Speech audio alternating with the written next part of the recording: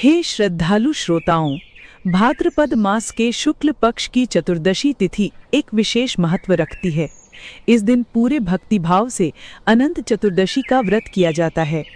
कहते हैं कि ये व्रत स्वयं भगवान विष्णु के अनंत स्वरूप को समर्पित है। पुराणों में उल्लेख मिलता है कि जो भी भक्त इस पावन अवसर पर नियम पूर्वक व्रत करता है, अनंत भगवान की पूजा अर्चना करता है और उनकी कथा को ध्यान पूर्वक श्रवण करता है, उसके जीवन से समस्त दुख और संकट दूर हो जाते हैं। न केवल बाधाएं दूर होती हैं, बल्कि उसके जीवन में सुख, समृद्धि, शांति और दिव्य आनंद का स्थायी वास होता है। इसी कारण ये व्रत अनादिकाल से आज तक भक्तों द्वारा बड़ी श्रद्धा और विश्वास के साथ किया जाता है। आज हम अनंत चतुर्दशी की पावन कथा सुनेंगे। सबसे पहले हम सब मिलकर भगवान अनंत से प्रार्थना करें। हे अनंत देव, यदि इस व्रत, पूजा या कथा श्रवण के दौरान हमसे कोई त्रुटि या भूल हो जाए तो अपनी असीम करुणा से हमें क्षमा करें। आपकी शरण में आया ये भक्त केवल आपके अनंत नाम का ही सहारा चाहता है। एक बार नैमिषारण्य में शौनक आदि 88,000 ऋषियों के अनुरोध पर श्री सूत जी ने एक प्राचीन कथा सुनानी शुरू की। ये कथा धर्मराज युधिष्ठिर के राजसूय यज्ञ से जुड़ी है। युधिष्ठिर ने अपने भाइयों और भगवान श्री कृष्ण के सहयोग से एक भव्य यज्ञशाला का निर्माण किया। ये यज्ञशाला इतनी अद्भुत थी कि दूर दूर से आए राजा, ऋषि मुनि और गांधारी के पुत्र दुर्योधन भी इसे देखने आए। यज्ञशाला की सजावट में एक भ्रम था। जहाँ फर्श पर पानी था वो जगह जमीन जैसी दिखती थी और जहाँ सूखी जमीन थी वो पानी जैसी। दुर्योधन ने जहाँ पानी था उसे जमीन समझकर कपड़े उठाकर चलना शुरू किया और धड़ाम से पानी में गिर गया। ये देखकर द्रौपदी और अन्य सभी लोग उस पर खूब हंसे। दुर्योधन को बहुत अपमान महसूस हुआ और वो क्रोधित होकर अपने मामा शकुनी के साथ हस्तिनापुर लौट गया। अपमान से आहत दुर्योधन को शांत करते हुए शकुनी ने कहा, क्रोध छोड़ दो हे राजन, हमारे पास ऐसे पासे हैं जो हमेशा हमारे पक्ष में ही चलेंगे। जुए में हम पांडवों से सब कुछ जीत सकते हैं। दुर्योधन शकुनी की बात मान गया और उसने पांडवों को जुए के लिए हस्तिनापुर बुलाया। छल से खेले गए इस जुए में दुर्योधन ने पांडवों का सारा राज्य और संपत्ति जीत ली। निष्पाप पांडव अपना सब कुछ हारकर वन में भटकने लगे। जब भगवान श्री कृष्ण को पांडवों की इस दुर्दशा का पता चला तो वे उनसे मिलने वन पहुंचे। दुख में डूबे युधिष्ठिर ने कृष्ण से पूछा, हे केशव, हम इस असीम दुख से कैसे मुक्त होंगे? कौन सा व्रत या पूजा हमारे कष्टों को दूर करके हमें हमारा राज्य वापस दिला सकती है? श्री कृष्ण ने उत्तर दिया, हे युधिष्ठिर, एक बहुत ही पवित्र व्रत है जिसे अनंत व्रत कहते हैं। ये सभी पापों को नष्ट कर देता है और स्त्री पुरुषों की सभी इच्छाओं को पूरा करता है। ये भाद्रपद मास के शुक्ल पक्ष की चतुर्दशी को किया जाता है। इसे करने से सभी कष्ट दूर हो जाते हैं। युधिष्ठिर ने हैरानी से पूछा, अनंत कौन है? क्या वो शेषनाग है या कोई और? उनका नाम अनंत क्यों है? श्री कृष्ण मुस्कुराए और बोले, हे धर्मराज, मैं ही अनंत हूँ। मैं ही वो काल हूँ जिसके अंग दिन, रात, पक्ष, मास, ऋतु और वर्ष हैं। मैं ही सृष्टि का आदि, मध्य और अंत हूँ। मैंने ही भगवान विष्णु, शिव और ब्रह्मा का रूप हूँ। मैंने ही अर्जुन को अपना विश्वरूप दिखाया था जिसमें 14 लोक, देवता, ऋषि, पर्वत और नदियां समाहित हैं।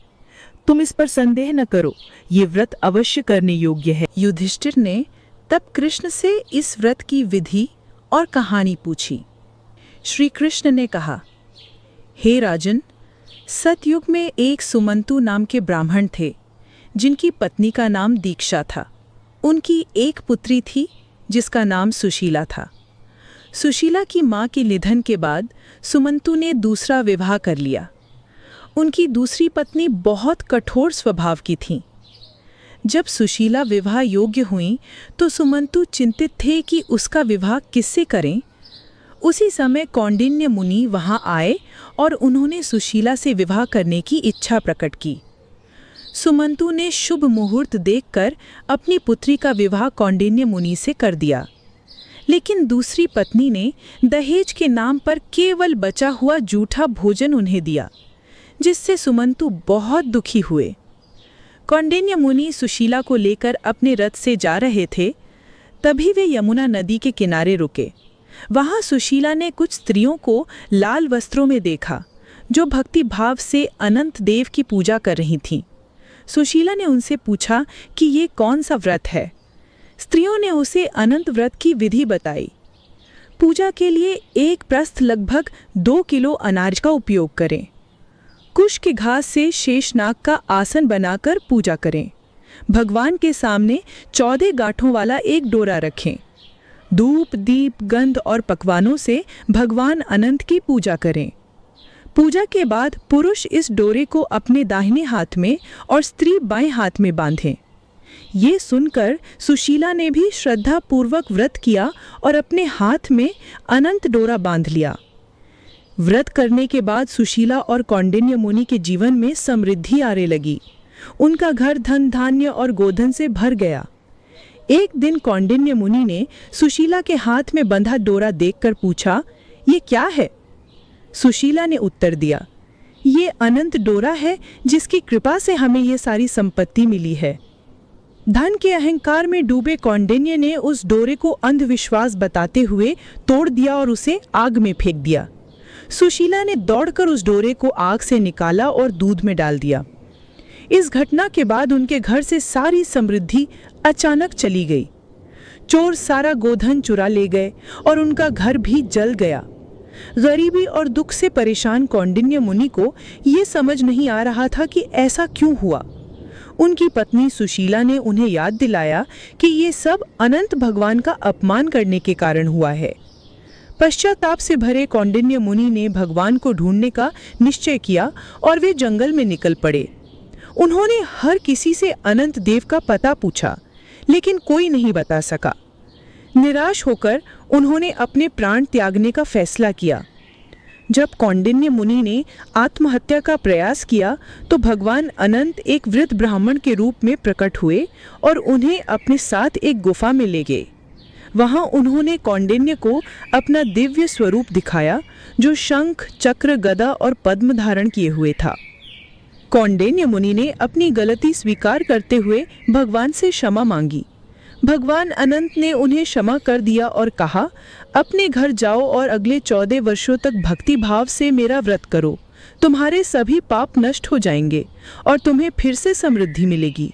अंत में तुम मेरी शरण में ही आओगे। भगवान ने ये भी वरदान दिया कि जो भी व्यक्ति श्रद्धा से इस कथा को सुनेगा और व्रत करेगा, उसे सभी पापों से मुक्ति मिलेगी और वो परम पद को प्राप्त करेगा। कौंडिन्य मुनि ने घर लौटकर 14 वर्षों तक व्रत किया और फिर से धन धान्य और सुख को प्राप्त किया। अंत में उन्हें मोक्ष मिला। भगवान श्री कृष्ण ने युधिष्ठिर से कहा, हे राजन, आप भी ये व्रत और कहानी सुने। इससे आपकी सभी इच्छाएं पूरी होंगी। जो फल कौंडिन्य मुनि को 14 वर्ष में मिला था, वो इस व्रत को श्रद्धा से करने पर 1 ही वर्ष में मिल जाता है। जो लोग इस कथा को पढ़ते या सुनते हैं, वे सभी पापों से मुक्त होकर भगवान के धाम को प्राप्त करते हैं। कथा समाप्त हुई। प्रेम से बोलिए अनंत भगवान की जय। अनंत चतुर्दशी व्रत की जय। अगर आपको ये कथा पसंद आई हो तो इस वीडियो को लाइक करें, अपने परिवार और दोस्तों के साथ शेयर करें और हमारे चैनल को सब्सक्राइब करना न भूलें। हर हर महादेव।